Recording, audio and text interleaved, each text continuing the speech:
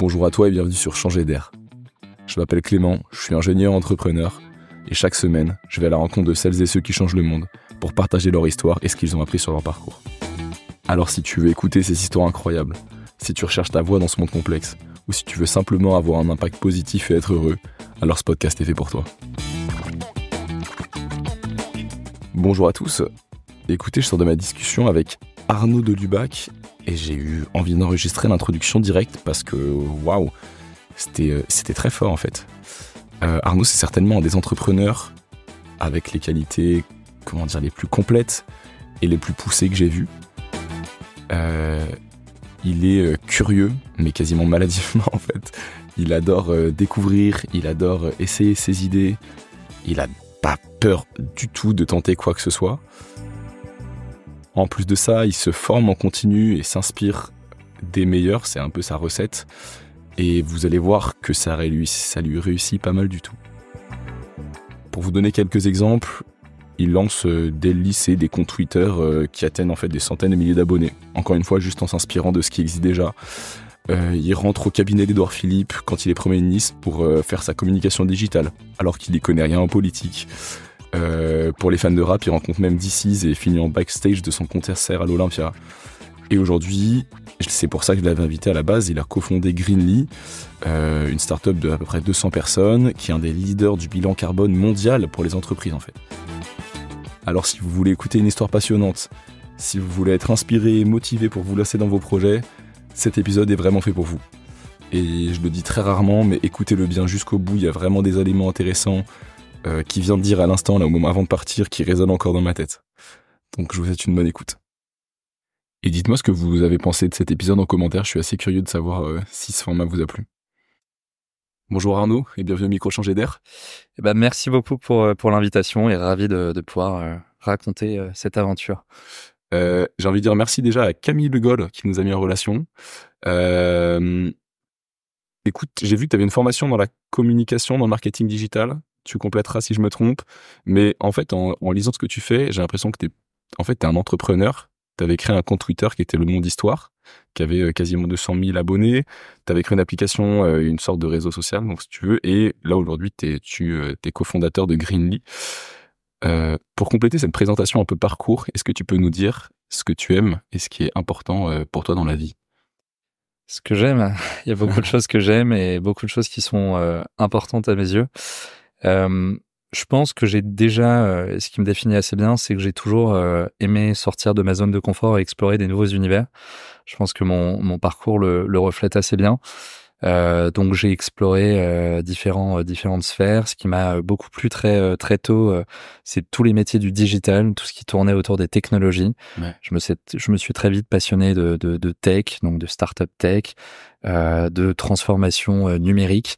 On parlait beaucoup de transformation digitale à l'époque, avec les nouveaux moyens de communication, avec des manières de transformer les entreprises de l'intérieur aussi avec ces nouveaux modèles. Donc j'ai eu envie d'explorer ça sous différentes formes à l'époque, dans des startups, en politique également, dans des fondations, aussi en tant qu'auto-entrepreneur où je prenais beaucoup de missions à l'époque, sur les métiers du web, sur les métiers des applications mobiles, du digital, enfin voilà.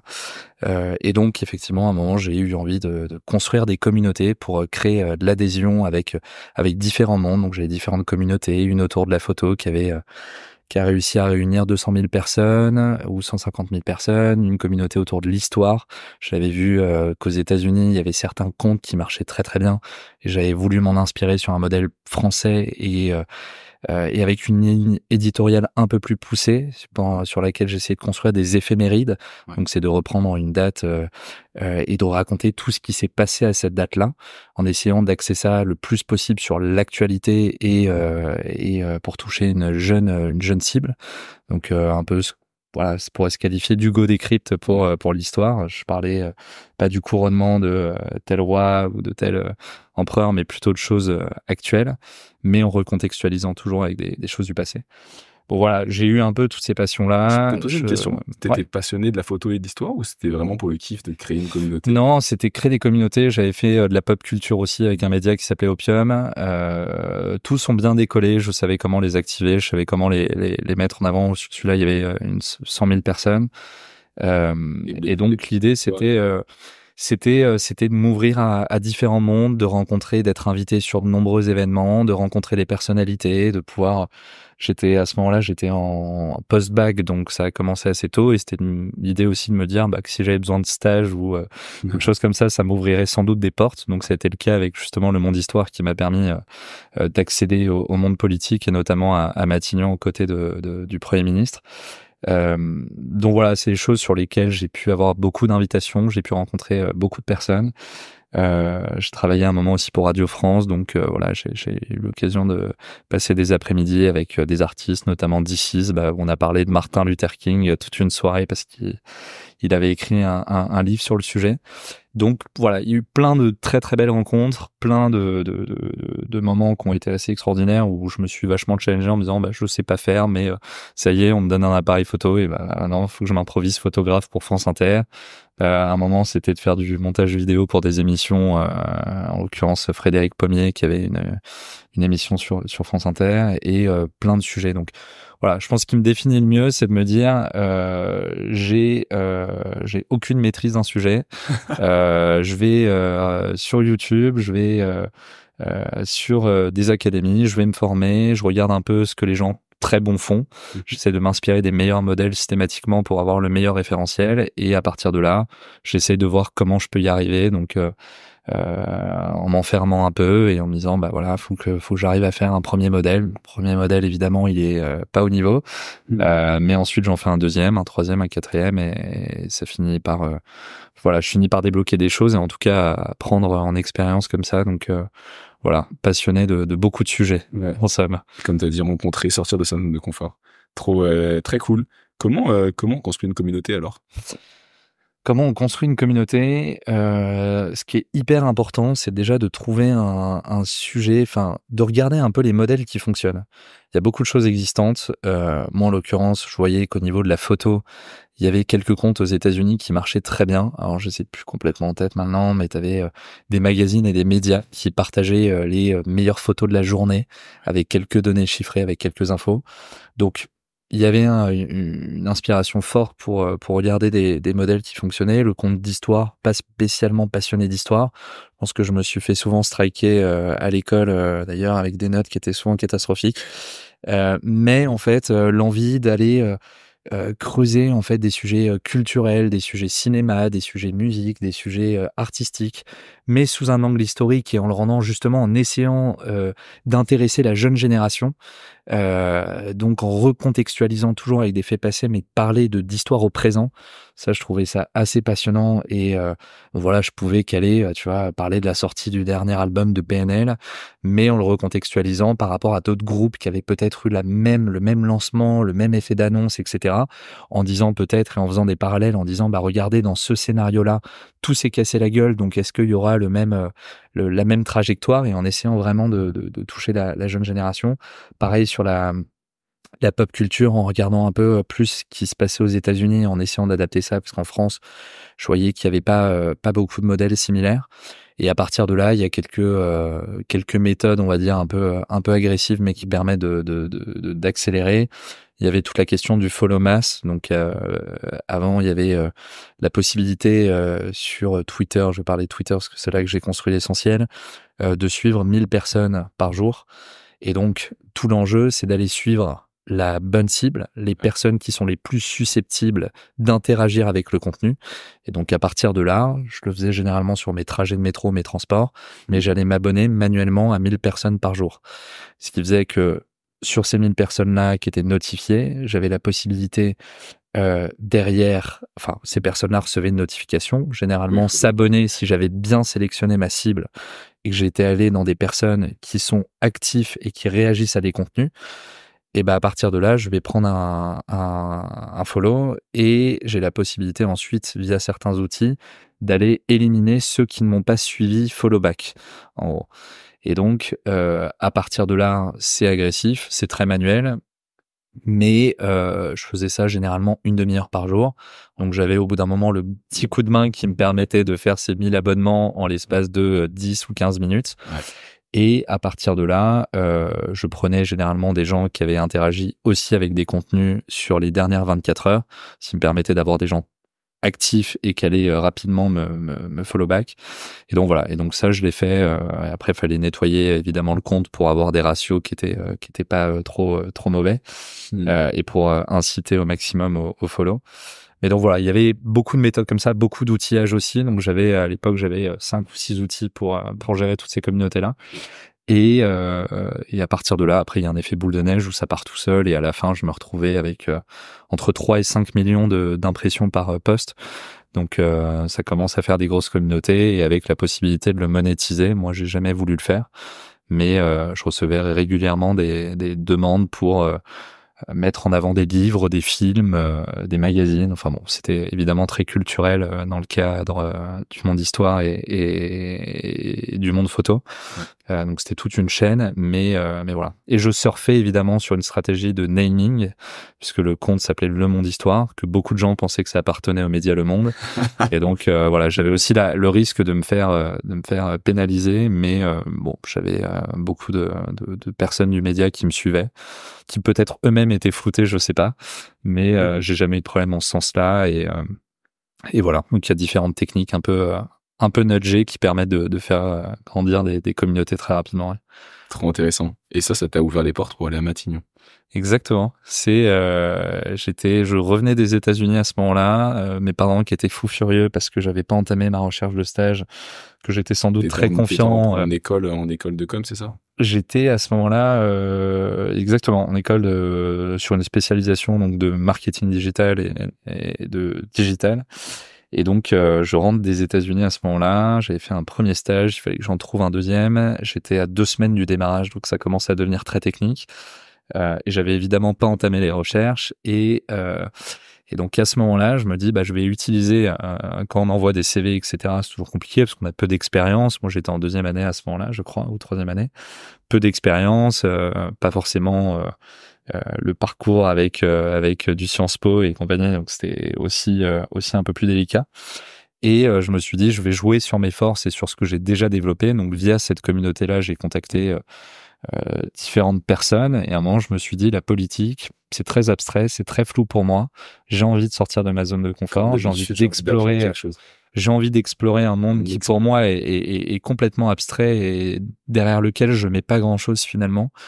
Et en me disant que potentiellement, j'allais durer 2 semaines, mais c'était un peu un challenge que je me fixais. Donc j'ai contacté le directeur du numérique d'En Marche à l'époque en lui disant, voilà, moi je suis hyper intéressé pour découvrir ce monde en étant très transparent et honnête intellectuellement sur le fait que ce serait une découverte pour moi. Et en le contactant depuis ce compte-là qui avait déjà fédéré une très grande communauté. Et donc j'ai eu une réponse dans les heures suivantes qui me disait, écoute, je transmets l'information, ça m'intéresse. On revient vers toi rapidement. Et là, effectivement, 24 heures après, j'avais cabinet du Premier ministre avec une lettre un peu officielle et qui me disait, voilà, vous êtes attendu pour passer un entretien rue de Varennes. Donc pendant quelques minutes, je me disais c'est forcément un fake et j'y crois pas une seule seconde. Et en regardant l'adresse, etc. de la convocation, je me suis dit c'est quand même réel. Donc maintenant, je vais y aller et je vais assumer cette tentative-là. Et en fait, là-dessus, ça, effectivement, moi, je suis arrivé en disant, sur tout ce qui est digital, communication digitale, vous pouvez me demander tout ce que vous voulez et je trouverai toujours une solution pour faire ce que vous me demandez. Sur le bagage politique, en même temps. Voilà, moi, j'ai été direct en me disant, parce que j'ai quand même pas envie au bout d'une semaine de me faire sortir. Donc, parce que je sais que c'est un monde, voilà, qui a beaucoup de codes, qui est très exigeant, qui attend beaucoup aussi.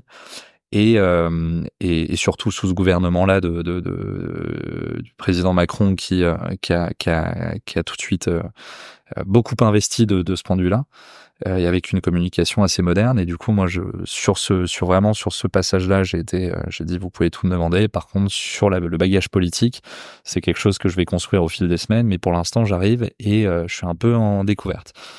Et en fait, je pense qu'elle a bien aimé la personne à l'époque que je salue, Eve Zuckerman, qui m'a fait passer cet entretien et qui m'a accompagné pendant cette période-là, a sans doute dû aimer le discours de franchise où, pour le coup, je mettais carte sur table et en disant peut-être pas le plus capé et la personne la plus à l'aise politiquement parlant, mais c'est un monde que j'ai envie de découvrir. Ouais. Et sur ce que vous allez attendre de moi, sur les sujets de communication digitale, je ferai tout ce qu'il faut. Et là-dessus, je me sens à l'aise et je proposerai beaucoup de directions et beaucoup de d'axes de communication. Et donc voilà, ça a été une aventure extraordinaire où j'ai eu l'occasion de... Qu'est-ce que tu as appris du monde politique? Qu'est-ce que j'ai appris du monde politique? Beaucoup de choses.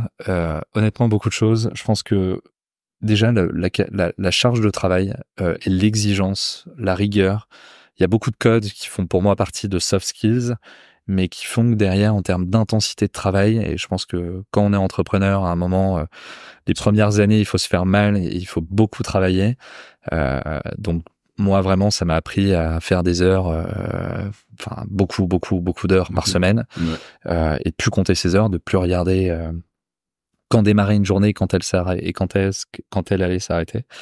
La rigueur, parce qu'une virgule, tu la places pas au mauvais endroit. Donc, tout est à ce niveau d'exigence-là. Et peut-être le respect de certaines règles, le respect d'une hiérarchie. Il y a beaucoup de codes où au final, tout est très cadré.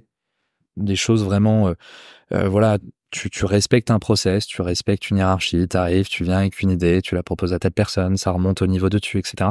Donc c'est un peu un modèle de grande entreprise finalement, très normé. Mais je pense que c'est une super école de la vie et ça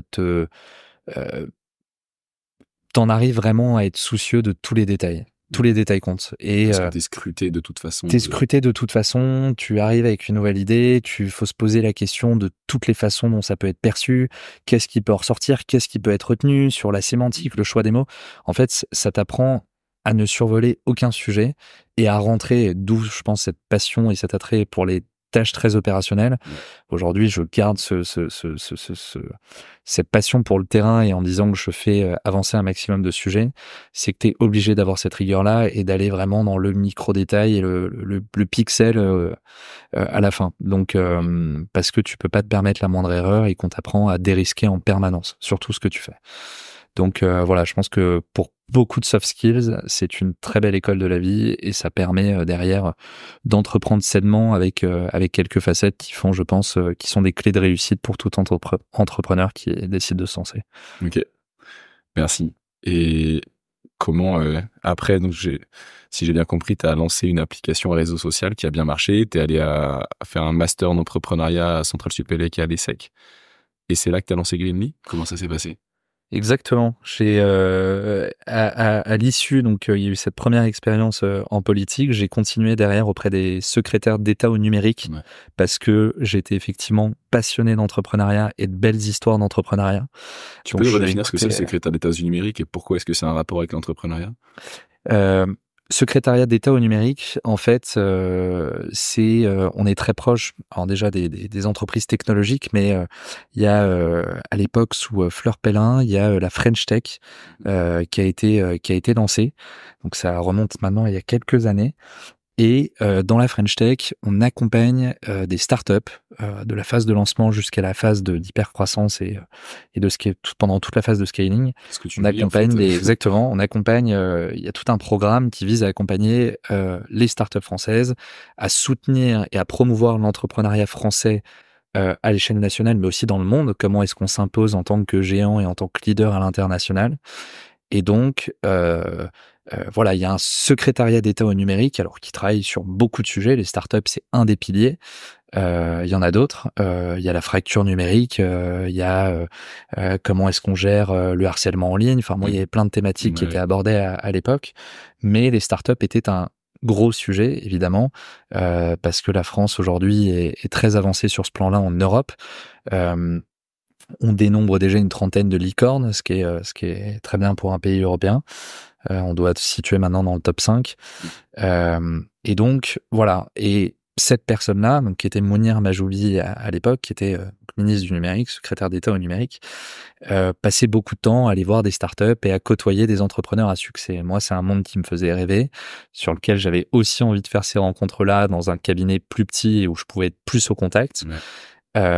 Et donc voilà, donc j'ai pu faire ça pendant 3-4 mois avec Mounir Majoubi jusqu'à ce qu'il parte en candidature pour la mairie de Paris. Et j'ai pu continuer avec son successeur Cédrico, qui m'a permis de rencontrer à travers différents déplacements et différents événements d'autres entrepreneurs. J'ai rencontré Mark Zuckerberg, par exemple. Ça a été Ça fait longtemps déjà. un déjeuner avec lui, donc ça a été assez extraordinaire parce que on a une figure à l'échelle mondiale qui a quand même bâti un empire, donc hyper intéressant. Luc Julia, qui est un Français qui a cofondé Siri notamment. Céline Lazorte, Litchi, elle a aussi un très très beau parcours.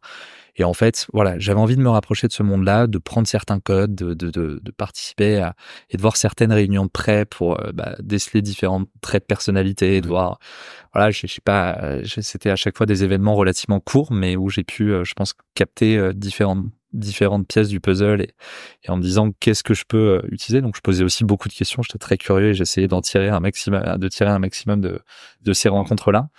Et ensuite, après la politique, j'ai la possibilité de continuer, de retourner justement à Matignon, mais à ce moment-là, et à peu près dans le même timing, j'avais lancé un réseau social. Je m'étais vraiment inspiré, il y avait toute la success story autour de Snapchat m'avait complètement retourné le cerveau et m'avait passionné sur l'instantanéité, sur l'envoi de photos, de vidéos qui disparaissaient et sur l'engouement que ça avait eu. Donc j'avais écouté beaucoup de choses à l'époque et je m'étais dit il y a un sujet sur lequel on est peut-être encore un peu limité, c'est le partage d'envie en instantané. C'était de me dire aujourd'hui, généralement dès que j'ai envie de faire un truc, je propose toujours sur une conf Messenger dans laquelle j'ai toujours les 10 ou 15 mêmes personnes. Aujourd'hui, Instagram, Snapchat, alors à l'époque, il n'y avait pas les stories sur Instagram, donc c'était vraiment Snapchat. Mais sur cette application-là, on se partageait généralement des photos, des vidéos, mais pas des envies. Je me disais, si demain j'arrive et que je me sers de ça pour dire j'ai envie de faire un japonais en bas de chez moi, je vais passer pour un type un peu chelou. Et du coup, le point de départ, c'était de se dire on va avoir une map interactive sur laquelle il y aura des minuteurs et chacun va pouvoir dire j'entoure une zone sur la carte ou alors je sélectionne une adresse précisément, j'ajoute un timer de 2 minutes 30, 4 minutes, 14 minutes, autant que je veux. Ça peut être un tennis, ça peut être un cinéma, ça peut être un plan un peu plus olé olé, enfin bref, chacun avait la possibilité de choisir un emoji et de mettre son envie avec un timer. Et du coup, il y avait à la fois une partie open space, qui était la partie publique de l'application, donc l'équivalent de la story, et une partie room, qui était la partie privée, sur laquelle là je pouvais aller envoyer quelques propositions à des personnes bien choisies, et là aussi avec un timer. Et je voulais casser cette barrière de l'engagement. Dans les écoles, souvent, il y a des gens qui n'osent pas envoyer un message, le premier pas, au risque de prendre un râteau, et donc il y avait un peu ce truc de comment est-ce qu'on minimise l'engagement vers une personne et de se dire je vais pouvoir proposer un resto, un verre, une partie tennis, peu importe, à quelqu'un qui me plaît, mais sans avoir à envoyer le premier message sur lequel je risque de prendre un vu. Et donc il y avait ce côté j'envoie un plan en instantané, il y a un minuteur et à la fin de ce minuteur, le plan s'évapore et disparaît. Et donc ça marchait très bien sur les campus, donc on avait eu beaucoup de téléchargements grâce à cette fonction-là, parce que je pouvais du coup rejoindre le réseau de mon école, accéder à toute la base d'utilisateurs, un peu comme une page Facebook, et pouvoir envoyer tous mes plans et toutes mes envies à toutes les personnes de mon choix. À ce que tu voulais. Exactement. Donc ça a beaucoup plu et ça a bien démarré sur les campus. Et rapidement, on s'est retrouvé un peu confronté à la difficulté de trouver un business model et de monétiser cette application. On avait un modèle avec les restaurants et avec on va dire, tous les commerces de proximité qui pouvaient, du coup, sur ce même modèle, faire des offres en instantané, un peu comme ce qu'on voit sur Uber Eats, sur la nourriture. Mais de dire, voilà, si mes cuisines, elles ferment à 15h et que je vois que de 14h à 15h, j'ai plus personne dans mon restaurant, je vais pouvoir faire un push en disant, le menu du jour passe à 6 € au lieu de 9 €. Et où la place de cinéma passe de 3 € au lieu de 9 €. Et donc, du coup, de permettre aux commerçants de pouvoir booster, en fait, sur des timings de leur choix, des offres, pour attirer un plus large public. Et donc, on avait quelques partenariats, mais on n'avait pas la base d'utilisateurs suffisamment conséquente pour que ces commerces-là décident d'investir. Et donc, on s'est arrêté au moment de la levée de fonds parce qu'on a vu que c'était trop compliqué, qu'on avait déjà brûlé un maximum de cash personnel. Et donc voilà, et effectivement, Je pense Attends, que avant de passer à la suite, Ouais. ça veut dire que ce projet, tu l'avais lancé sans vraiment te soucier du business model pour le kiff. Enfin, comme tous les autres. Par passion, Tous exactement. les autres, En à chaque fait, fois, tu lances pour le plaisir, tu t'amuses et... ouais, c'était de me challenger, c'était de me dire, je vais apprendre à faire une app, on va partir de zéro, je vais faire tout le produit intégralement. Donc le produit, pendant 1 an, j'ai travaillé dessus. Je l'ai beaucoup recommencé parce que la première version, au bout de 3 mois, je la trouvais dégueulasse. Donc je me suis dit, on va redémarrer. Donc je suis arrivé à un modèle à la fin qui ressemblait quand même à quelque chose, avec, je pense, une très bonne expérience utilisateur, etc. Je me suis formé vraiment à tous ces sujets-là. Et notamment de sujets dont je pourrais parler pendant des heures, du nudge, qui est comment est-ce qu'on hack les cerveaux et comment est-ce qu'on déploie des incitations douces pour favoriser un passage à l'acte. Donc comment est-ce que je fais en sorte que j'ai un maximum d'utilisateurs qui arrivent sur l'application, comment j'en ai un maximum qui viendront créer un plan, qui viendront en rejoindre un. Donc il y a plein de petits hacks, de phrases, de choses qui vont favoriser tout ça. Donc, bref, j'avais creusé vraiment le sujet pendant 1 an. Mais j'ai fait toutes les erreurs possibles et inimaginables. Je pense que j'ai coché toutes les cases. S'il y a une to-do list de toutes les conneries et de toutes les erreurs à ne pas faire, je pense que je remplis toute la feuille. Cette to-do list, je pense qu'elle existe que quand tu l'as fait, non? Exactement. Je pense que tu finis par toutes les faire. Tu peux pas prévoir. Ouais. Tu découvres, donc en fait, et là, tu es vraiment sur une découverte où tu n'as aucun référentiel, tu n'as que des mauvaises pratiques. Donc bon, tu les accumules. Au bout d'un moment, tu te dis, c'est extraordinaire parce que je les enchaîne et au final, j'ai l'impression que ça a été que des mauvais choix. Et encore avec du recul aujourd'hui, c'est plus facile d'avoir un regard critique, mais c'est vraiment une accumulation de ça. Et du coup, forcément, ça a généré beaucoup de frustration parce qu'on avait l'ambition de créer un Snapchat bis, enfin d'arriver à ce même niveau de succès. Donc on a tout de suite beaucoup cru en notre projet et en s'y investissant massivement. Et en fait, on s'est rendu à la conclusion qu'il nous manquait quand même beaucoup de cases. Moi, personnellement, qui me manquait aussi de la formation, que j'avais pas la vision générique qu'il me fallait. Je pense que être fondateur, c'est aussi ça. C'est pas forcément être expert ou spécialiste d'un sujet, mais c'est d'être généraliste. Donc, de pouvoir parler de finance, de pouvoir parler de légal, de web. Enfin, voilà, de comprendre un peu tous les sujets et de les avoir creusés un tout petit peu pour savoir de quoi on parle. Et de ces expériences-là, je me suis dit, il me faut un bagage un peu plus solide. C'est à ce moment-là que j'ai décidé de rejoindre un master d'entrepreneuriat, où je me suis dit, ça me permettra vraiment d'avoir la vue 360. Et c'est effectivement au début de cette année-là que je devais arriver avec un projet entrepreneurial en démarrant de zéro. Et sur lequel, à ce moment-là, j'ai parlé au mari de ma sœur qui devait revenir des États-Unis et avec qui je me suis lancé, donc qui est aujourd'hui le CEO de Granny. Et on s'est parlé tout un été de différents projets pour l'écologie, pour la santé, sur la silver economy, comment est-ce qu'on aide les seniors justement à passer plus de temps qualitatif avec des jeunes qui ont aujourd'hui du temps à donner. Enfin, il y a plein de projets, il y a plein d'idées sur lesquelles on voulait aller. Je pense ce qui nous reliait, c'est qu'on était passionnés de technologie. Donc, il fallait qu'on se retrouve sur un sujet tech. Ça pouvait être au service de beaucoup de causes. Mais la cause environnementale, on voyait que finalement, il y avait peu de choses qui existaient. Et juste une question. Parce que t'as parlé de marketing, t'as parlé de nudge, mais t'aurais pu dire, en fait, on va juste vendre un produit, on a tous les deux envie de lancer un projet, on pourrait faire... Enfin, il te fallait une cause? Ou si seulement si vous étiez dit, alors ça, c'est sûr, tout le monde l'achète, vous y seriez allé? Je pense qu'il nous fallait... c'est vrai que j'ai pas fait la passerelle, mais en fait, moi, je suis passé en tant que stagiaire, donc sur un rôle qui était relativement restreint. Mais Alexis et Mathieu, donc mes 2 autres associés, ont travaillé chez WeThings, qui est une startup qui fabrique des objets connectés dans la santé, donc des best personnes connectées, des tensiomètres, des montres, etc. Et ces objets permettent de traquer des données, de restituer ces données aux individus pour qu'ils puissent avoir une meilleure hygiène de vie et être en meilleure santé. C'est de rendre la santé accessible à tous. Et on s'est dit, de ce point de vue-là, la data, la technologie, tout ce qui existe, ça peut être mis au service de beaucoup de causes.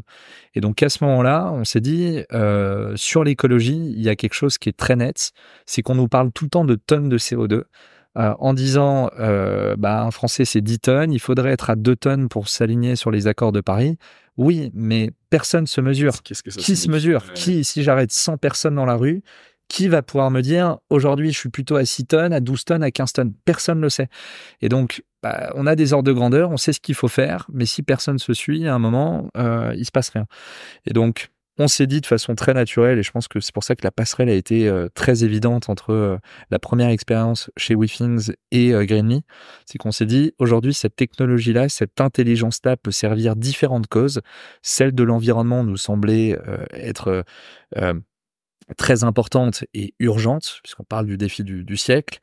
Et à ce moment-là, on s'est dit, comment est-ce qu'on peut servir les particuliers, les individus? C'était le premier modèle de Greenly. Et donc, on a commencé avec cette application en B2C, en automatisant le plus possible le calcul des émissions, donc avec une technologie de reconnaissance qui se basait sur les informations bancaires de l'individu. Et donc, voilà. Donc, servir une cause, je pense que c'était effectivement notre ambition. C'était de se dire comment est-ce qu'on fait quelque chose d'intéressant. On aurait pu faire des NFT, on aurait pu faire d'autres choses, mais nous, ça nous semblait, je pense qu'à un moment, il faut aussi se retrouver sur des combats dans la vie. En tout cas, moi, je trouve ça passionnant et génial de pouvoir servir un combat et une cause. Donc, je pense que c'est ce qui, tous les trois, nous réunissait aussi dans cette aventure. Et voilà. Donc, et ensuite, il y a eu différents modèles, différentes façons de le faire, mais en tout cas, servir la cause environnementale avec de la technologie, je trouve que c'est un défi passionnant. Et c'était quoi alors vous aviez une ambition globale, c'était d'aider à réduire l'empreinte carbone, mais c'était quoi votre vision, votre ambition pour Greenly? C'était une boîte qui se revendait dans 5 ans, c'était un empire familial parce que c'était ta famille, comment est-ce que vous aviez réfléchi à ça déjà? Je pense que dès le premier jour de l'aventure, on a marqué une ambition en disant on va servir la cause, mais à l'échelle globale. On avait tout de suite cette envie-là. On l'a pitché d'ailleurs aux premiers salariés qui au début devaient se dire qu'on était complètement tarés et à côté de la plaque, complètement fous. Il y en a certains, et d'ailleurs je pense qu'ils l'ont vraiment pensé à l'époque et qui le racontent avec humour aujourd'hui. Mais en disant, on va créer une application mobile, ça va être un produit à l'échelle mondiale, on va faire le Yuka du carbone, donc ça va marcher, on va commencer sur la France et rapidement on sera dans tous les pays du monde avec des centaines de millions d'utilisateurs. Bon, évidemment, on s'est confronté... Vous aviez un peu de fonds propres que vous avez insufflé. Exactement. On avait une première levée de fonds de 500 000 euros, donc ça nous permettait, au début, on avait des slides et un semblant de produit sur Figma que j'avais complètement designé et imaginé en termes de produits. Des utilisateurs ou pas? On avait des utilisateurs, on est arrivé à 50 000 utilisateurs, donc on a quand même trouvé une cible. On a eu la chance, et là aussi parce qu'on était sur un produit innovant, d'avoir le soutien de la presse, donc on réussissait à avoir une très bonne communication et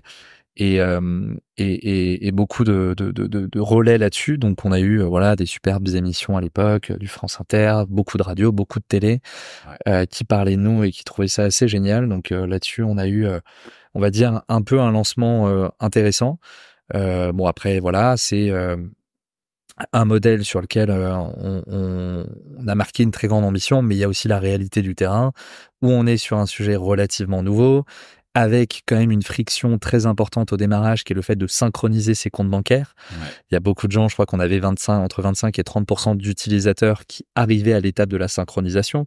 Donc on en perdait beaucoup en chemin parce que certains se disaient, mais attends, Greenly, qui est cet acteur et qu'est-ce qu'ils vont faire de mes données bancaires? Donc il fallait beaucoup réassurer, expliquer le pourquoi du comment, ce qu'on allait voir dans les informations bancaires, etc. Donc voilà, on avait une très grande ambition. On a vu au bout d'un moment quand même que par rapport à cette ambition initiale, on n'était peut-être pas au résultat qu'on attendait. Juste pour reprendre excuse-moi de te couper, mais pour réexpliquer, parce qu'en fait, toi, comme entrepreneur, ça te paraît hyper logique. Vous avez lancé, ça y est, t'arrives à lever 500 000 euros. Concrètement, vous êtes 3 associés. Vous dites, on pense qu'il y a un besoin d'aider les gens à savoir leur empreinte carbone, leur donner les data un peu comme WeThings pour qu'ils puissent agir. Toi, tu développes un produit, une première version. Tu arrives à avoir des early adopters, des premiers utilisateurs, tu dis jusqu'à 50 000 grâce à de la communication, mais potentiellement grâce à d'autres trucs. Et là, tu vas voir tes investisseurs en disant, voilà, on a des gens qui sont intéressés pour l'empreinte carbone, j'ai un produit, donnez-moi 500 000 euros pour que je le développe et que je continue à avancer. Exactement. On n'a pas eu les 50 000 utilisateurs tout de suite, ça c'est à la fin, mais on a commencé par 2 000, 3 000, 5 000, etc. Donc, en fait, là-dessus, il y a la question de comment est-ce que je fais de l'acquisition sur ces premières personnes. Donc évidemment, il y a différents leviers. Il y a le fait d'investir dans de l'ADS. Ça, c'est le modèle que je déconseille parce qu'on peut cramer beaucoup, donner beaucoup d'argent à Google, aux plateformes, Facebook et compagnie, et pas forcément voir un grand retour sur investissement, ou alors avoir quelque chose qui est peu qualitatif. Beaucoup d'inscrits, mais peu de gens qui vont réellement utiliser, plutôt des curieux. Et donc, il faut réussir à fédérer. Et tout ce que j'avais appris justement sur les créations de communautés et sur l'engagement de communauté m'a beaucoup servi. Parce qu'en fait, j'ai utilisé des choses que j'avais aussi entendues par le passé. Je pense à l'exemple de Yubo, une application où en l'occurrence, pour faire de l'acquisition, ils avaient trouvé quelques concepts assez ingénieux, notamment le fait de créer des comptes Tinder de profils très attractifs qui ensuite allaient pouvoir raconter. Il y avait tout un storytelling autour de ces utilisateurs fake sur des plateformes telles que Tinder, des réseaux de rencontres, et où derrière, ils pouvaient justement, dans le storytelling, faire installer l'application, avoir des retours et des retours d'utilisateurs sur ce qui marchait pas, ce qui pouvait être amélioré, etc. Donc, eux ont, de façon assez ingénieuse, utilisé différents canaux pour là-dessus faire gagner en visibilité, gagner en notoriété et avoir les premiers utilisateurs. Et nous, dans ce modèle-là, on n'est pas allé sur Tinder, mais on est allé sur des réseaux Instagram et on voyait qu'il y avait des communautés très actives sur les sujets environnementaux, de jeunes, d'étudiants qui avaient envie de s'engager, qui informaient avec des contenus éducatif sur le réchauffement climatique, sur comment chacun peut faire sa part, comment les entreprises peuvent participer au combat. Il y avait différents angles et beaucoup de jeunes médias qui sortaient. Et à partir de ce moment-là, on s'est dit, OK, les communautés sont sur Instagram, donc on va se servir de la puissance des réseaux. Et à ce moment-là, via le compte de Greenly, via cette application-là, on allait donc sur le même modèle s'abonner à des tonnes de personnes soucieuses de ces sujets-là, qu'on allait engager là aussi avec du contenu nudgé, donc c'est-à-dire des approches où on allait leur dire qu'en gros, ils allaient devenir associés et cofondateurs avec nous de cette application. Donc on voulait les engager et les faire vraiment participer au projet en les mettant vraiment en position de leader sur l'aventure. Et donc on a réussi à fédérer de plus en plus de personnes qui étaient ravis de pouvoir s'associer, de pouvoir dire qu'ils étaient associés Greenly, associés du projet Greenly, etc. Et donc là-dessus, ça nous permettait aussi de nourrir notre roadmap produit, d'avoir des retours d'utilisateurs. C'était de l'acquisition gratuite, c'est-à-dire que ça nous a pas coûté 1 euro. On a commencé comme ça et là-dessus, c'est juste un peu du temps homme où il faut effectivement aller engager ses profils, envoyer les premiers messages, répondre activement à la discussion, parce que si tu réponds 8 heures après, forcément tu perds en engagement. Et donc voilà. Et ça, c'est des très bons modèles pour arriver à 10 000 utilisateurs. Et sans que ça coûte trop cher. Donc après, évidemment, tu peux passer à l'échelle avec de l'ADS et avec beaucoup d'autres mécanismes. Mais c'est un modèle où tu peux aller tester ton idée. Et je me souviens aussi là, pour reprendre cet épisode de Yubo, je crois que c'était dans La Galère, mais il faudrait vérifier. Et il disait qu'en fait, ces méthodes-là fonctionnaient très bien pour faire de 0 à 10 000 et qu'ensuite, à 10 000, il fallait que la magie opère. Et si ton application, elle scale pas et qu'ensuite, t'as pas des utilisateurs qui arrivent de façon complètement organique, c'est qu'il y a un problème et que ton modèle est peut-être destiné à mourir. Et donc, si ça fait des boules de neige. Mais c'est un palier qui te permet normalement, si tu as un concept qui est suffisamment pertinent avec un très bon produit, d'arriver et de passer à l'échelle avec du 20 000, 30 000, etc. Et d'où l'importance de l'effet de réseau. Une fois que tu as une application qui fonctionne avec des utilisateurs, comment est-ce qu'un utilisateur t'en rapporte 3 autres? Et donc ça, il faut créer les mécanismes, il faut voir comment est-ce que tu crées des boucles de viralité et comment tu réussis à ce que chacun ait vraiment l'envie par-dessus tout d'inviter un collègue, un ami, quelqu'un de la famille, etc. Donc on avait testé là aussi beaucoup de choses avec de la comparaison, avec la possibilité de se suivre, de se recommander des alternatives plus vertueuses. Enfin voilà, on avait imaginé beaucoup de choses.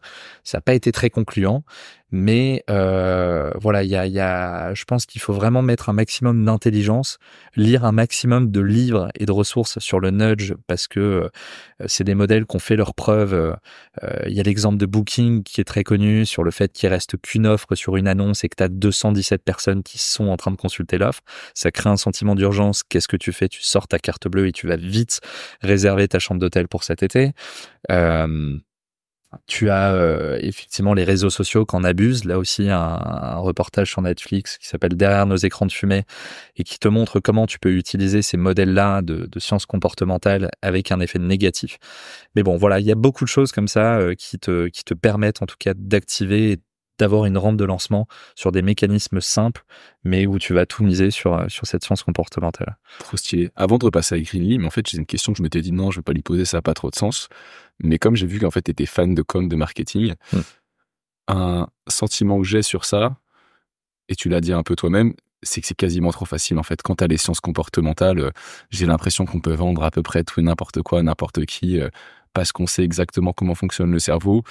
Et pour moi, c'est un immense problème éthique et quand tu vends de l'empreinte carbone, super, mais si tu vends des trucs qui te servent à rien, en fait, moi, et ma question, c'est comment tu trouves, comment tu te places face à ça et comment on limite ça? Parce que même en étant au courant, on se fait avoir, quoi. Ce truc-là, genre, je sais pas si tu vois. Complètement. Et moi, j'en avais même fait un sujet de mémoire de fin d'année, tellement ça me passionnait, et justement sur la création d'un cadre pour modérer ça. Un exemple très parlant, c'est celui de TikTok, qui a développé tout un modèle de scrolling l'infinite scroll, et qui, là aussi, te régénère en contenu systématiquement, ce qui fait que même sur des formats très courts, t'en regardes un certain nombre et au final, tu te retrouves avec 4-5 heures dans la vue parce que tu t'es laissé happer par un algorithme qui t'a proposé les bons contenus, qui te connaît par cœur et qui sait qu'après avoir vu 3 fois cette vidéo-là et de l'avoir vue jusqu'au bout, ils vont pouvoir t'en envoyer à la chaîne. Et donc, il y a la question effectivement de comment on modère ça, qui est passionnante. Par exemple, il y a eu des choses qui ont été mises en place sur TikTok à partir d'une certaine heure. Il y a des contenus qui sont proposés et où on te dit il est tard, pense à te reposer et à te ressourcer parce que ça fait longtemps que tu es sur l'application. C'est des choses qui ont été forcées auprès de TikTok en disant là il y a un gros problème, vous êtes en train de pulvériser et de complètement de prendre le contrôle des cerveaux. Il y a des jeunes qui dorment plus la nuit, qui se retrouvent à dormir 2-3 heures et aller en cours ensuite parce qu'ils ont passé la nuit sur TikTok et qu'ils n'ont pas vu le temps passer, tellement le produit est addictif. Donc, vous devez faire des messages de warning et de rappel, un peu comme ce qu'on voit sur l'alcool. Attention à ne pas trop boire, parce que sinon, ça va être mauvais pour la santé, pour la clope. Donc là, on commence à le voir arriver et on commence à se dire, toutes ces choses-là sont pas normales et si c'est utilisé à mauvais escient, ça peut quand même être une catastrophe. Et on le voit dans plein de modèles. Donc, voilà, il y a, moi, je recommande en tout cas à tout le monde de s'informer là-dessus, déjà pour être conscient de ce qui est mis en place pour nous faire passer à l'acte. Alors, que ce soit dans le bon sens ou dans le mauvais sens, mais de se dire, attention, là, ils sont en train de jouer avec mes neurones, avec ma matière grise, d'une part, et ensuite de se dire, comment est-ce que moi, j'utilise cette force-là pour l'appliquer dans tous les mondes. Et aujourd'hui, peu importe le secteur d'activité dans lequel on évolue, ou peu importe la branche dans laquelle on évolue, c'est pas qu'un sujet marketing, c'est un sujet sales, parce que comment est-ce que je vais convertir mieux sur tout mon pipe, sur toute de la phase de la génération du lead jusqu'au closing, comment est-ce que je vais améliorer mes chiffres, donc quels sont les slides que je vais pouvoir rajouter dans mon pitch deck qui vont avoir un effet positif sur le prospect qui va ensuite plus facilement choisir ma solution, comment est-ce que je vais mieux closer, quelles sont les phrases que je vais pouvoir intégrer dans le pitch et qui vont avoir un effet waouh et qui vont capter l'attention. Donc dans les sujets sales, c'est présent, dans les sujets produits, il y en a de partout. Comment est-ce que tu crées de l'engagement sur ton produit? Comment est-ce que tu crées de la récurrence? Comment est-ce que tu fais en sorte que les gens cliquent sur tel bouton et pas sur un autre? Donc il y a 1 milliard de sujets évidemment sur le product design et le produit. Tu l'as côté marketing sur les sujets web de conversion entre ta homepage et ta page de demande de démo. T'en as partout, t'en as dans tous les mondes.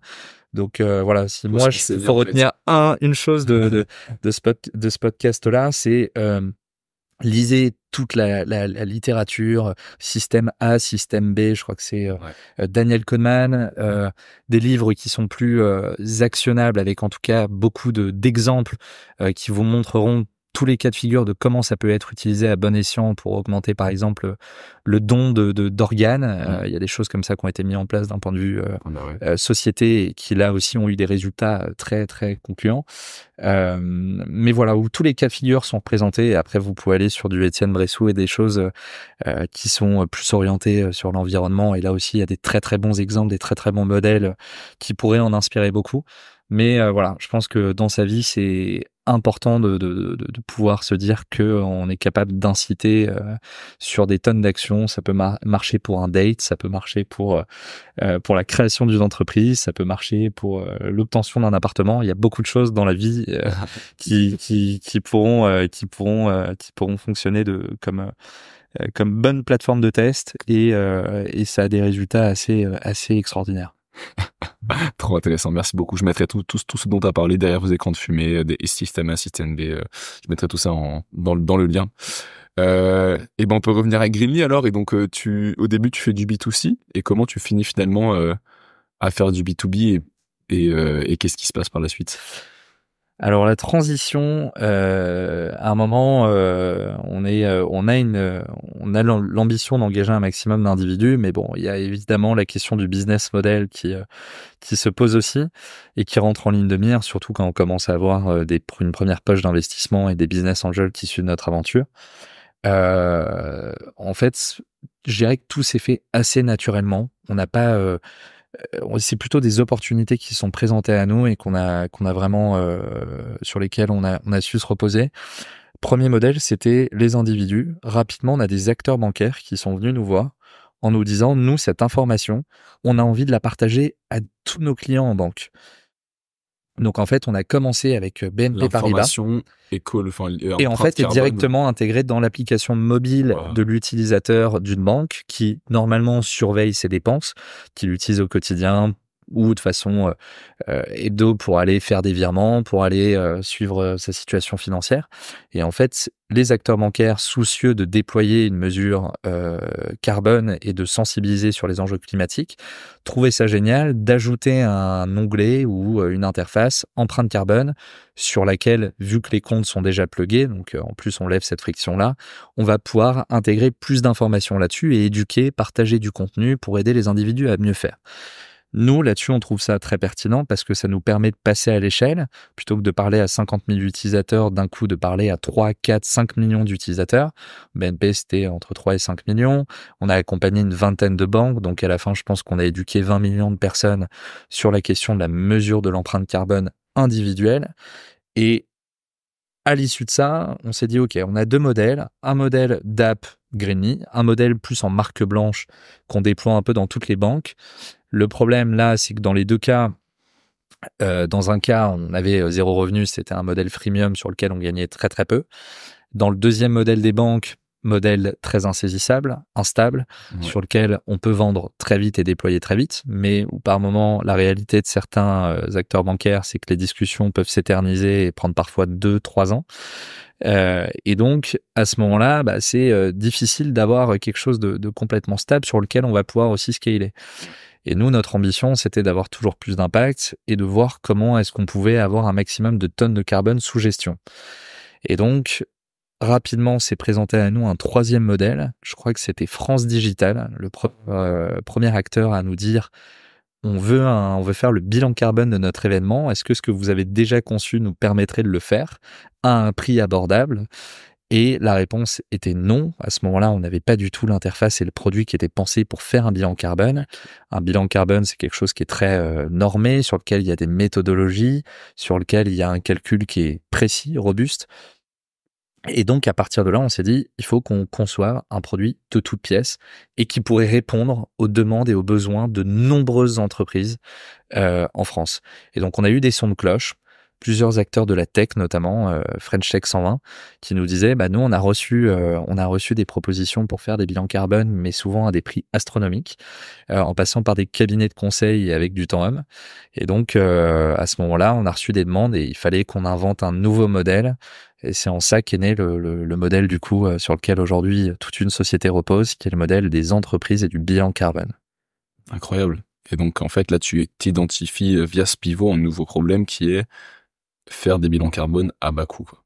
Exactement. Et du passage à l'échelle où on accompagne au début de façon très manuelle parce que le produit, il est ce qu'il est et on commence à le vendre alors qu'on n'a pas le produit. Donc ça devient un peu une course frénétique sur le fait d'arriver à contenter en plus les premiers clients qui nous ont fait confiance.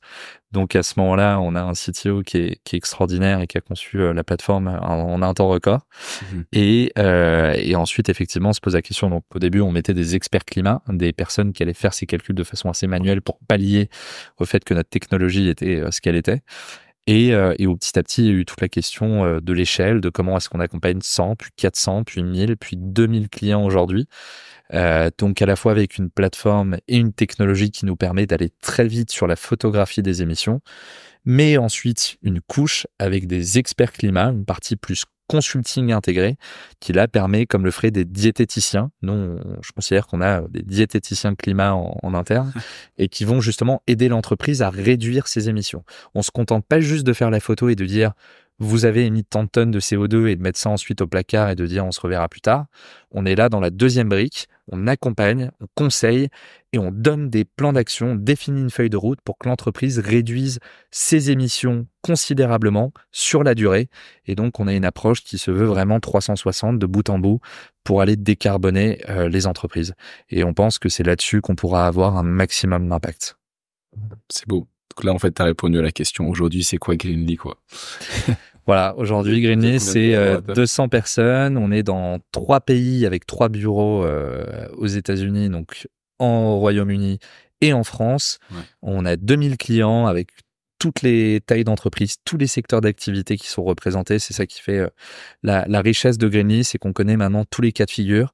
On a par exemple un label de musique de 2 personnes, avec 2 personnes qui ont envie d'aider leur artiste à mieux faire pour la planète, à mieux se déplacer, à mieux produire, etc. Donc c'est un cas de figure très particulier, mais au milieu de ça, on a aussi du Pernod Ricard, on a du Lacoste, on a des très grands groupes maintenant qui décident de passer par ce modèle digitalisé, qui apporte beaucoup plus de flexibilité, beaucoup plus d'informations, beaucoup plus de data.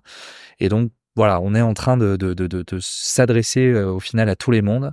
Donc voilà où nous en sommes. On vient de lever 52 millions de dollars avec l'ambition d'être partout en Europe. Donc on a lancé les pays nordiques, on a l'ambition de faire tout le reste de l'Europe rapidement.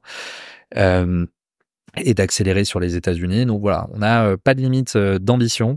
On a un modèle qui se calque pas mal sur ce qu'a fait HubSpot en tant que CRM. Donc il y a beaucoup de code, il y a beaucoup de choses d'un point de vue marketing qu'on est en train de reprendre. Et en termes d'accessibilité de la solution aussi, on veut qu'elle soit facilement, qu'elle puisse facilement être prise en main. Et qu'elle accompagne tous les niveaux de maturité dans l'entreprise. Il y a des gens qui sont très novices, les gens qui sont c'est pas un responsable RSE qui va faire ça toute la journée, donc il faut qu'ils puissent prendre en main l'outil très rapidement et sortir un bilan carbone rapidement et facilement.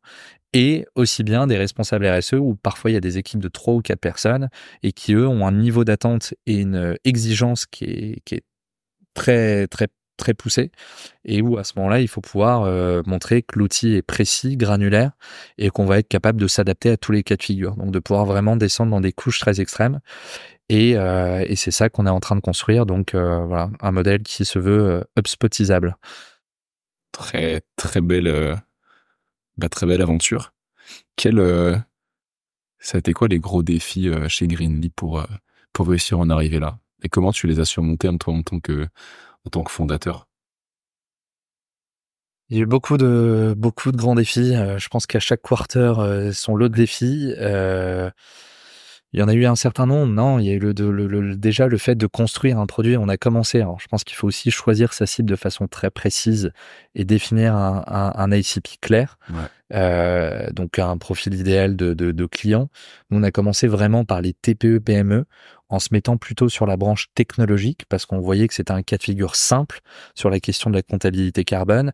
Et petit à petit, on l'a étendu en se disant, on va créer finalement une branche qui va être que sur la food, une branche que sur le retail, etc.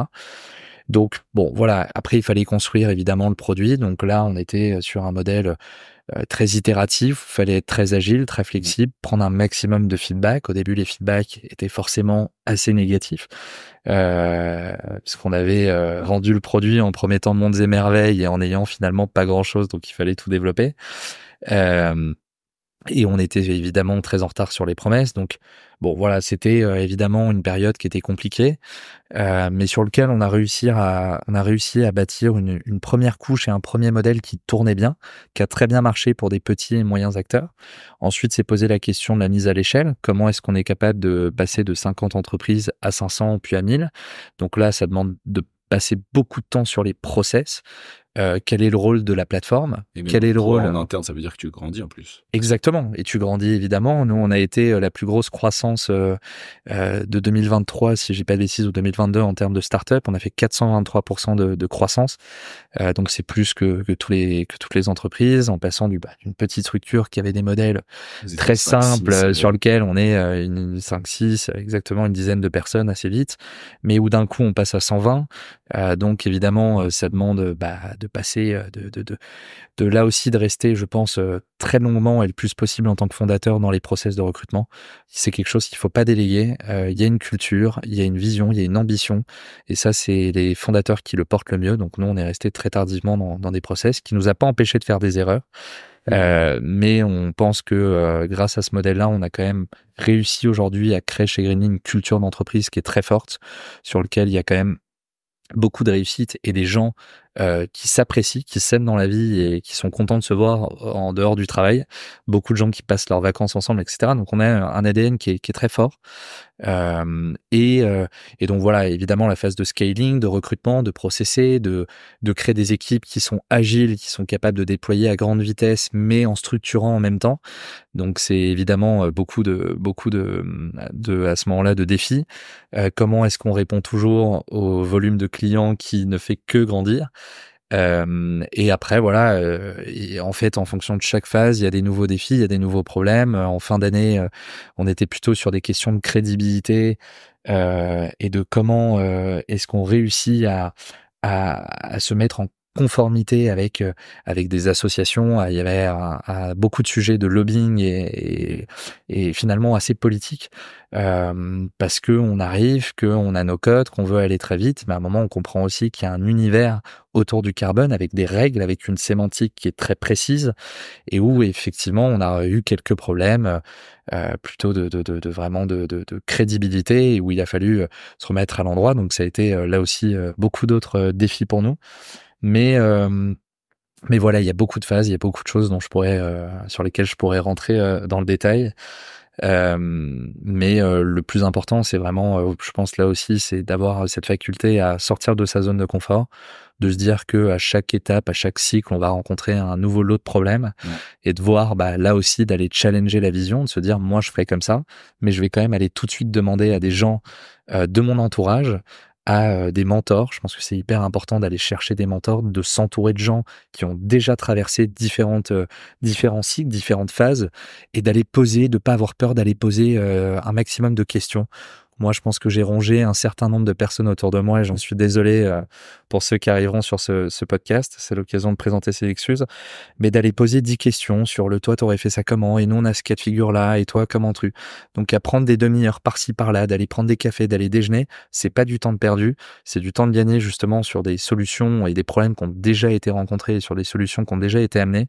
Et moi, j'ai essayé à côté du travail, dès que j'ai pu sortir un peu de l'opérationnel, d'aller me former le plus vite possible et prendre un maximum d'informations auprès de boîtes en fonction de leur cycle, pour aller coller le plus possible à notre cycle et à nos problématiques au jour le jour. Je partage complètement ce que tu viens de dire. Sur aller chercher des conseils et des mentors, c'est une des clés, je pense, absolues, mais même en dehors du travail.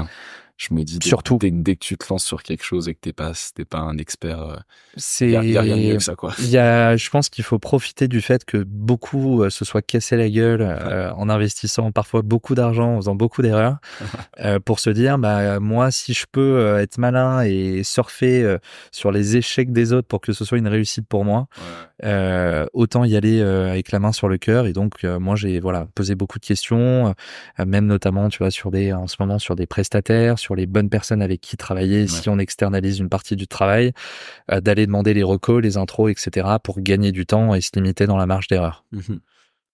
Et tu as déjà dit un conseil, du coup, c'est de...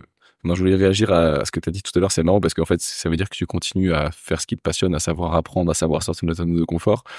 Je pense que le fait d'être passionné, c'est une première clé, le fait d'aller chercher des conseils. Mais si tu as des conseils à donner à ceux qui veulent se lancer, en fait, j'ai l'impression qu'autour de moi, même, on entend beaucoup, on a beaucoup envie de se lancer. Mais concrètement, qu'est-ce que tu donnerais comme conseil à ceux qui veulent faire, qui ont peut-être même des idées? Qu'est-ce que tu leur dis? Je vais essayer de sortir un peu de toutes les phrases qu'on entend, parce que c'est vrai qu'on a beaucoup maintenant de gens qui donnent un peu des repères, très high level, etc. Ouais. On va dire de choses plus de mindset, etc. Et sachant qu'il y a un très gros biais que j'ai vu intéressant sur, en fait, une fois que tu as réussi, ça y est, t'es en orbite. Et c'est dur de sortir, entre guillemets, d'aller dans la catégorie réussite. Et ensuite, une fois que t'es en haut, tu peux balancer tous les conseils que tu veux, on t'écoutera parce que tu as réussi. Et donc, ouais, pardon, je t'écoute. Je pense qu'il y a un point qui est hyper important, et je vois qu'il y a quand même beaucoup d'entrepreneurs qui prennent pas cette voie-là. C'est hyper important de rester très opérationnel au début. Après, c'est un autre apprentissage, il y a différents cycles, et de sortir de l'opérationnel, mais au début, tu peux confier toutes les responsabilités en dehors. Tu dois faire un site internet, tu peux te dire, je sais pas faire de site internet, je vais demander à un freelance pour 5 000 € d'aller me le faire sur Fiverr. Tu peux le faire. Sauf que l'apprentissage et ce que tu vas apprendre en le faisant, tu auras une flexibilité, une ambition, une exigence vis-à-vis de ce que tu vas produire qui sera pas la même et qui sera pas au même niveau que quelqu'un que tu vas payer et qui aura peut-être 10 ou 15 missions à côté et dont tu vas être un side project pour lui. Toi, ça va être toute ta vie. Donc en fait, à ce moment-là, tu dois faire un site internet pour ta boîte, fais ton site internet. Tu dois faire ta stratégie social media et créer tous tes contenus, c'est à toi de le faire. Parce que tu vas comprendre derrière chaque brique combien de temps ça va prendre, quel est le bon niveau d'exigence et ce que tu peux aller chercher. Et donc, je pense, côté sales, pareil, tu vas à un moment devoir vendre ton produit. Tu peux aller chercher, et nous, c'est une erreur qu'on a fait, de se dire à un moment, on va recruter un head of sales qui a 10 ans d'expérience, qui a fait ça toute sa vie, et qui va en gros nous donner un peu une leçon et nous dire ce qu'il faut faire. La réalité, c'est que la personne que tu vas mettre en tant que head of sales sur un modèle où elle va attendre que les présentations soient faites, que le discours soit rodé, et ensuite d'aller déployer à grande échelle, toute cette partie-là où il faut être hyper agile, hyper flexible et être capable de prendre des décisions radicales sur ton développement produit, sur le fait qu'il faut plutôt faire telle feature que telle feature, etc. La personne qui pourra prendre ces décisions-là et qui aura cette vision-là, ce sera le fondateur qui va dire à un moment on se plante, plutôt que de développer ça, on devrait développer ça parce que moi j'ai 3 personnes qui m'en ont parlé aujourd'hui. Et si tu mets un head of sales, la réponse, ça va être notre produit aujourd'hui n'est pas en capacité de faire ça, donc on va pas pouvoir vous accompagner. Parce que là aussi, il y aurait une honnêteté intellectuelle. Et au moment où on a décidé, par exemple, de remettre un fondateur sur la vente, la façon de gérer le process de vente était complètement différente parce qu'il disait oui à tout. Il disait bien sûr, ça on le fait. La réalité, c'est qu'on n'avait rien. Mais du coup, le coup de fil suivant, c'était vers notre CTO en disant bah là, je pense qu'on devrait plutôt prioriser ça parce que je l'ai eu 3 fois aujourd'hui. Et cette flexibilité-là, cette agilité-là et cette compréhension de ce qu'il faut faire pour répondre à un besoin, c'est là aussi, je pense que ça doit venir des fondateurs, des personnes qui sont en capacité et qui ont la possibilité de prendre des décisions. Donc voilà, il faut à un moment se dire qu'on est tout terrain, qu'on est 360, qu'on se fait mal, que il faut tous mettre les mains dans le moteur et qu'il faut produire, il faut faire, il faut regarder, il faut mettre les mains dedans, et qu'ensuite, quand le modèle a été validé, exploré par les fondateurs et qu'ils ont vu combien de temps devait durer un pitch, combien de temps ça prenait de produire un contenu, combien de temps ça prenait de créer une landing page, et toutes ces choses-là, c'est des choses derrière sur lesquelles tu as tes fondamentaux, tu as tes bases, et le jour où tu recrutes bien et avec un modèle sur lequel tu vas pouvoir bâtir de façon très efficiente. C'était une très belle leçon. Je te remercie. Non, je te remercie. Donc voilà, tout ça pour dire ne déléguez pas, surtout au début, même si vous avez un peu levé et que vous vous dites maintenant on va pouvoir investir dans plein de choses extraordinaires. Le travail sera jamais mieux fait que si c'est vous derrière et que si c'est vous qui mettez les mains dans le moteur. Ça m'a marqué dès le début de notre conversation. Est-ce que quand tu lances un projet, en fait, je voulais te demander comment tu gères la peur de l'échec. Mais j'ai l'impression qu'en fait, quand tu lances un projet, tu t'es quasiment certain que ça va marcher. Enfin, comment ça se passe? Et encore aujourd'hui, j'imagine que tu lances des choses. Là, tu m'as dit que vous lanciez un média. Comment ça se passe dans ta tête? La peur de l'échec, vaste sujet. Je pense que c'est vrai que c'est une question qui revient souvent. Moi, j'ai jamais eu cette peur-là. Je pense que quelque chose que j'aurais pu rajouter avant, c'est aussi l'importance d'être humble et de faire preuve d'humilité en toutes circonstances. Quand tu lances quelque chose, quand tu crées un projet, lancer une start-up après 2 ans, c'est 92% de taux d'échec. Il y en a peu qui réussissent, beaucoup qui meurent. Mais en fait, à partir du moment où tu produis intensément, efficacement, et que tu restes humble avec un avis très autocritique sur tout ce que tu fais, en permanence, tu te dis, ce que je vais lancer, ce sera de la merde. T'arrives toujours à... Je suis vulgaire, mais t'arrives à cette conclusion que ton premier modèle, c'est de la merde. Tu sors ton premier site, il est dégueulasse, t'as envie de le retaper 3 semaines après. Tu lances tes premiers modèles, le média, la première version du média, elle sera ce qu'elle sera. Il y aura des formats qui vont pas marcher. Peut-être que le média, dans 1 an, on va voir que c'est quelque chose qui a pas pris, sur lequel on n'a pas de résultats, sur lequel les contenus sont peut-être très pauvres, je sais pas. Ce qui est sûr, c'est que c'est expérimental. Faut faire ce test. Faut y aller, je pense, avec le cœur sur la main et en mettant beaucoup d'énergie pour benchmarker, comprendre quelles sont les clés de réussite, voir de quoi on pourrait s'inspirer. Là aussi, il y a plein de modèles qui ont fait leurs preuves. On lance pas un média en se disant on lance un concept. Des médias, il y en a des milliers. Des idées créatives, il y en a des centaines. Maintenant, c'est comment est-ce qu'on les applique pour notre modèle et comment est-ce qu'on se sert de toutes ces bonnes idées pour créer un modèle unique. Et donc, on va tester des choses, on va reprendre des concepts, on va lancer des formats. Il y aura des réussites, il y aura des échecs.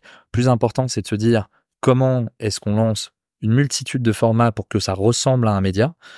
Je pense que dans 2 ans, si on regarde les premiers formats, on va trouver que c'est une catastrophe. Mais si tu veux, on faut garder cette humilité-là et ce regard très autocritique de se dire qu'est-ce qu'on a fait en 3 mois, avoir des clés de réussite claires en se disant est-ce qu'on est au niveau ou pas, et à partir de là, de se dire comment est-ce qu'on construit par-dessus, et en améliorant toujours la chose. Donc, il y a des projets qu'on a complètement abandonnés parce que ça a été des échecs monumentaux. Voilà, si tu veux, tu as l'humilité de te dire on a testé, on a bien testé, on est content, on a appris des choses de cet échec, on s'est nourri de pas mal de clés aussi. On va peut-être parfois changer une petite chose, un petit détail qui peut avoir une incidence majeure. Parfois, c'est carrément de jeter tout à la poubelle. Mais au final, c'est une avancée. T'apprends de toutes les situations. Et je pense que si le média est un échec, on aura appris beaucoup de choses qui nous amèneront encore à un autre projet et qui peut-être cette fois-là sera une réussite. En tout cas, on croit beaucoup en ce projet-là. Donc voilà.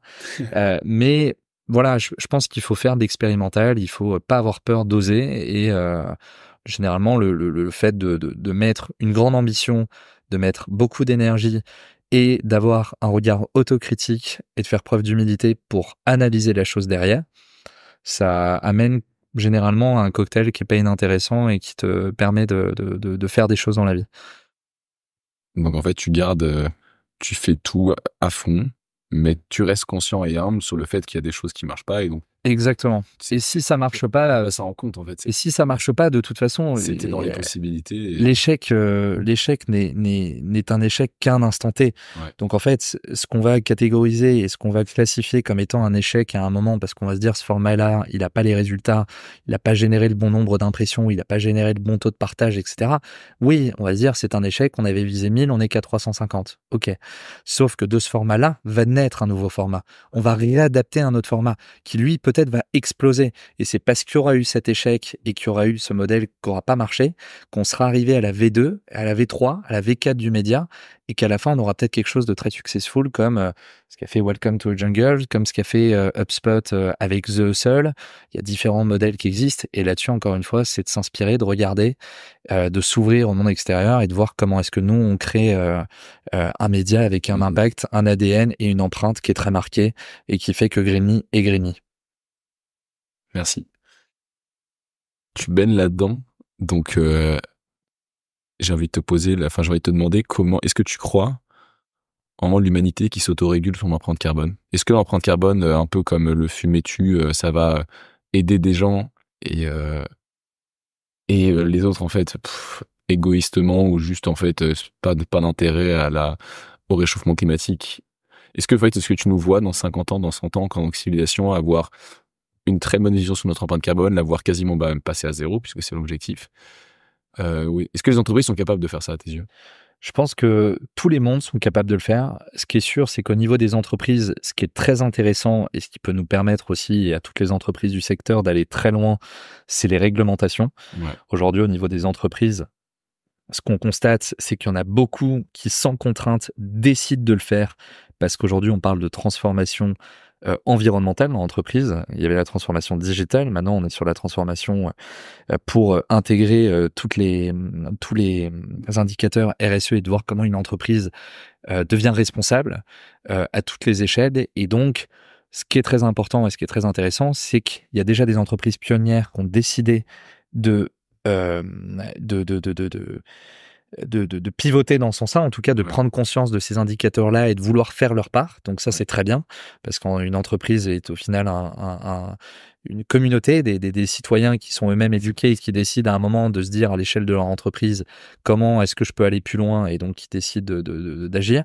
Il y a les réglementations qui vont pousser aussi. Aujourd'hui, toutes les entreprises de plus de 500 salariés doivent faire un bilan carbone au moins une fois tous les 4 ans.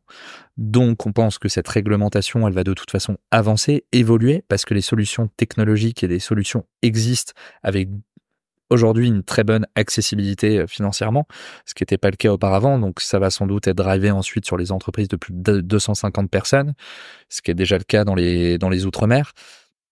On va le voir à l'échelle mondiale. De toute façon, aujourd'hui, on n'a plus le choix. Et à l'échelle des individus, moi, je suis persuadé qu'on va avoir un jour des indicateurs d'empreinte carbone un peu partout, qu'à partir du moment où vous allez payer un pull chez Zara ou un cheeseburger chez McDonald's et que vous allez payer avec votre carte, vous aurez le montant en euros et en dessous l'impact généré par votre dépense. Alors ce sera peut-être imprécis, ce sera peut-être pas parfait, mais ça va petit à petit éduquer un marché sur ce qu'est l'empreinte carbone. Nous, c'est notre vision des choses et c'est notre idéal. On aimerait que lorsqu'on va sur un site marchand, un site e-commerce, que je puisse voir que ma tondeuse à gazon, elle émet tant de CO2 de la production jusqu'à la fin de vie, qu'il y ait des ACV qui soient réalisés pour tous les produits et qu'on puisse savoir, on le sait d'ailleurs par exemple sur les aliments avec toute la partie Nutri-Score, et que demain on puisse aussi avoir un score carbone et qu'on puisse savoir quel produit est bon, quel produit est mauvais. Et donc à force d'éduquer, à force de sensibiliser à grande échelle, si tous les acteurs s'y mettent, citoyens comme entreprises, on va pouvoir arriver à des résultats et les gens finiront par parler d'empreinte carbone et à faire en sorte de la limiter sur la durée dans leur évolution personnelle. Merci pour cette réponse très complète. J'ai une dernière question, c'était... en fait, je te vois comme quelqu'un d'hyper enthousiaste, t'as le sourire, t'es à fond, en fait, tu te poses pas la question, mais comment tu réagis face aux crises sociales, économiques, écologiques, la crise politique, ce qu'on traverse en ce moment? Comment tu prends ça en toi? Est-ce que t'as des moments de down ou... Je pense que c'est très personnel. Ma réponse n'engage que moi. Bien sûr. Mais je prends la chose de la même façon que je gère ma vie entrepreneuriale. Je pense que quand tu lances une boîte, tu pars du principe que ça va marcher. Sinon, tu te lèves pas le matin et tu mets pas cette énergie-là. Moi, à cette échelle-là, évidemment, je suis conscient. J'ai écouté j'ai lu, j'ai suivi la littérature qu'il fallait suivre, j'ai regardé les vidéos qu'il fallait écouter et regarder. Je me suis informé. Donc évidemment, j'ai conscience du problème. J'ai conscience qu'il y a une crise. J'ai conscience que c'est le défi du siècle, qu'il faut qu'on soit très nombreux à participer à des efforts, donc individus comme entreprises, qu'il faut de plus en plus de solutions, que Grigny en est une, mais qu'il en faudrait des centaines de milliers à travers le monde. Moi, en tout cas, mon parti pris et ma façon de voir les choses, c'est que on pourrait là aussi faire preuve de défaitisme, de dire que de toute façon l'humanité est condamnée, que à un moment il y a des pays qui deviendront complètement inhabitables avec des migrations de population qui engendreront des tonnes de problèmes. C'est une réalité, il y a des recherches, il y a des rapports du GIEC qui nous montrent que cette urgence, il faut la prendre très au sérieux. Mais ce que nous disent ces rapports-là, cette littérature-là, c'est qu'il y a des solutions. Il est encore possible de changer notre destin. Il est encore possible de réduire les émissions à l'échelle mondiale. Les individus peuvent agir, les entreprises peuvent agir, tout le monde peut agir. Il y a différentes façons de le faire. Là aussi, il y a beaucoup de plans d'action et de pistes possibles. Mais en tout cas, moi, à titre personnel, je veux faire partie de la solution. S'il doit avoir une solution, s'il doit avoir une réussite, je veux faire partie de ce clan-là. Et donc, c'est comme ça qu'en tout cas, avec Grigny, même si notre impact est relativement faible à l'échelle du problème, on est une petite goutte, mais moi, j'ai envie de me concentrer sur cette goutte-là, en me disant, là aussi, il y a la légende du colibri qui est assez célèbre, sur un incendie qui se propage dans une forêt et où chaque petit oiseau décide dans son bec d'aller chercher un peu d'eau pour éteindre cet incendie. Bon, effectivement, on peut se dire que c'est mal barré et que en tant que petit oiseau, je vais pas faire grand-chose et que ma forêt va finir par complètement cramer.